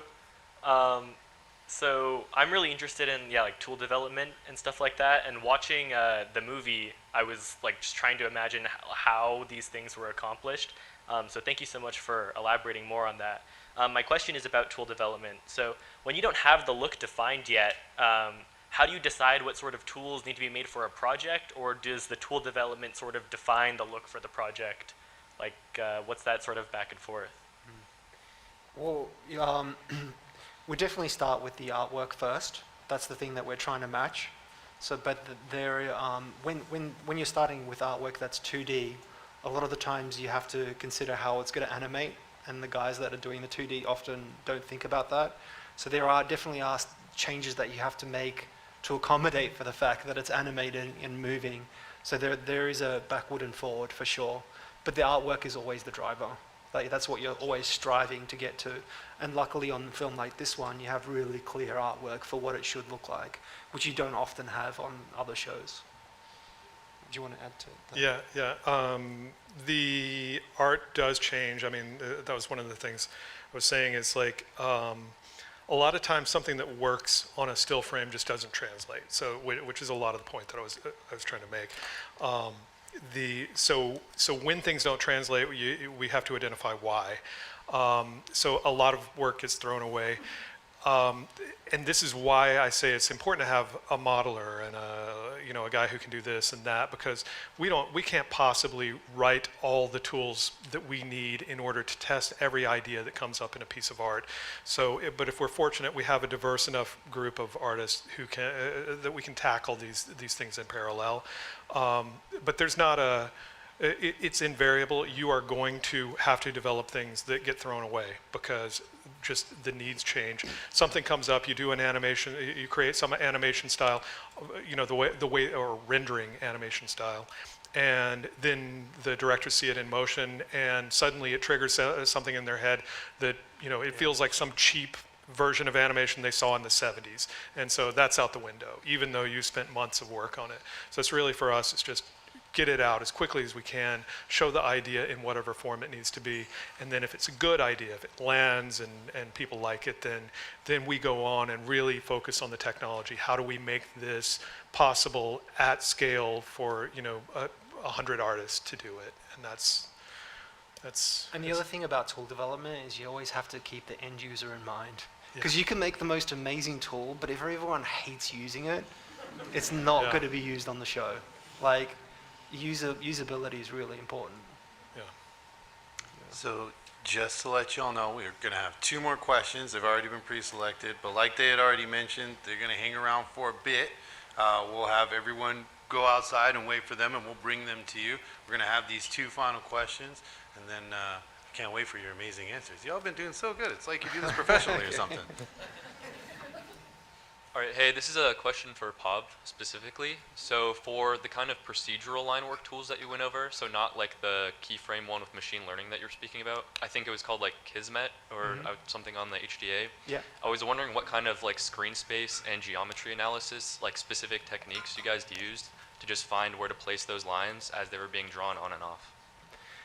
So basically, we look at the camera angle relative to the polygon that we're looking at, and we knew if that polygon, if the points, the dot product flipped, we knew we had to split the polygon. That's it. Do you get it? Like if you're looking at a polygon and some points are on the other side of the camera that you're looking at, the direction that you're looking at, you know that that polygon needs to split along a particular, in a particular way. So that will give you a perfect silhouette, right? And then after that, you've got a perfect silhouette base, and then you can build other line work on top of that. So that perfect silhouette is kind of like your base, and then you can procedurally add, do other things on top of it. Do you get it? Yep. Yeah, cool. I don't know how any of that works, but that sounded like a good question. Yeah. For you. Okay, so there's, you know this thing called quaternions, right? Oh, dude, I know all about it. Hi, I had a question specifically about the spot rig and how you like spawn portals and like have the geometry go through it, or if the rig is duplicated and you just have the opacity like get turned off by a projection or something. It's mostly cheap tricks like a sculpt deformer where all the geometry just collapses as you intersect it. You know, we make these pancake sculpt deformers where it just like stacks all the geo. Sometimes, I don't know if we used booleans on this one, but we have used booleans before for carving shapes out of geometry. The tricky thing is that then the geometry gets really unstable because every time the character moves, it renumbers all the vertices and stuff. But there wasn't anything particularly special developed for his rig. In fact, he had a very simple rig as far as it goes, and then the portals themselves was handled by effects and everybody, but I think any trick you saw in there, or if you ever like, I wonder how they did that, is probably something that we did with basic Maya stuff. So all smoke and mirrors when it comes to that. Can I make one more point before we finish up? I guess so. One more. Last one. I'm really surprised that no one here mentioned, had a question about AI. Is anyone here worried about AI? Like, what? Not really? Okay, so because I get this question a lot when I've done other talks like this, and in the room though, I often get the question about AI and whether or not it's going to replace the artist. And the simple answer is I don't think so. And the reason I don't think so is because humans, the decision making that humans make is kind of like when you're working on an artwork, you're making steps. It's like going on a journey. Right? You're kind of like climbing a mountain. As you're climbing the mountain, you plan for it, and then you pick a particular route, you go down that route, and you're constantly making decisions as you're going towards that journey. Then when you get to the end result, you look back and you kind of, you've gone on a process and you've learned something, and each of those steps, each of those decisions you've made has been a reflection of your artistic intention and your own personality and your own decision making. And the result of an image is infused with that. That is the thing that gives art its meaning.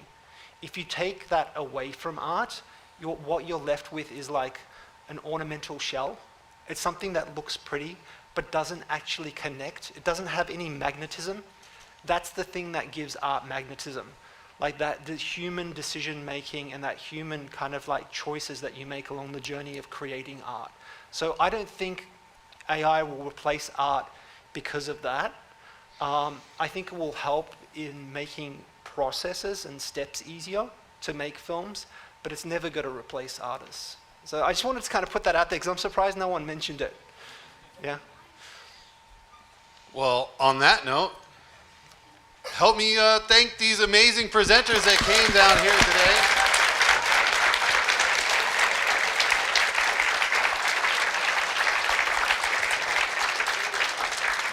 We We really appreciate your time. I'm sure everybody had questions about Nuke specifically.